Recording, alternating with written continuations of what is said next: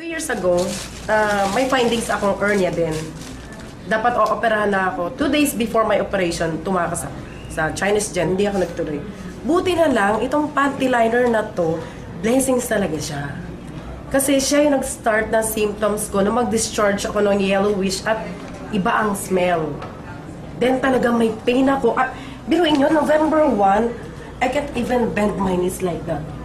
Talagang yung grabing pain, ganyan ako sa window ng Victory. Yan talaga hawakan mo kasi yung pain, grabe na talaga. So nag-start ako noon, November 6, tumakbo na ako sa doctor. The first one, nagkamali ako ng punta, internist ang napuntahan ko. Sabi niya, Bartholin cyst. Pero hindi, sabi pumunta ka ng OB-GYN. Ito na po yun. Ang nakita niya is masyadong makapal ang aking lining. Yung mattress ko, parang mattress ng 90 years old. So yung bleeding ko, baka nagkukos dito sa loob nito. Pero nakita pa rin niya sa loob na meron akong malaking bukol sa left. Kasi talagang yung pain, grabe pag bumaba, umakyat siya, through and through yan, diretsong ganito. Then nakita din sa kanan ko, meron din ako cyst. So sabi niya, after 2 weeks, bumalik ka sa akin. Yung bleeding, titingnan natin kung saan nanggagaling. Schedule ako for RASPA. Baka kasi andito yung nagkukos ng bleeding. So, noong 29, naka 2 weeks na akong gamit ng panty liner natin. 29 ang hapon, sinundo ako ng Mr. ko sa room. Talagang ganyan, hawak-hawak ko yung puson ko. Napakasakit. Tapos todo yung kirot. Nakabaluktot talaga ako. Makirot. Mamaya parang may gusto lumabas. Tapos pumunta ako ng CR. Kasi nung makita ko, bigla, plop, gumano. Sabi ko, teka, yun? Baka matris kayong lumabas.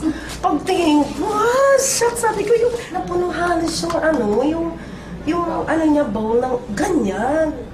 Tapos, kaya lang, ang hindi ako natakot at paglabas, ang gaan. Tapos, teka, ba't nawala yung headache ko? After 1 hour ng pagpapahinga, ayan na naman, gano'n. Kambal yata yan, sabi niya. Tapos, pagbalik ko, another pluk. Kaya lang yung time na yun, medyo nervous ako. So, nakiramdam ako kung magbi-bleed ako. So, nahiga ako ulit. Kaya lang, here's another one. Inangat ko siya ng brush. Pagtingin, kasi talaga ay yung buong-buo.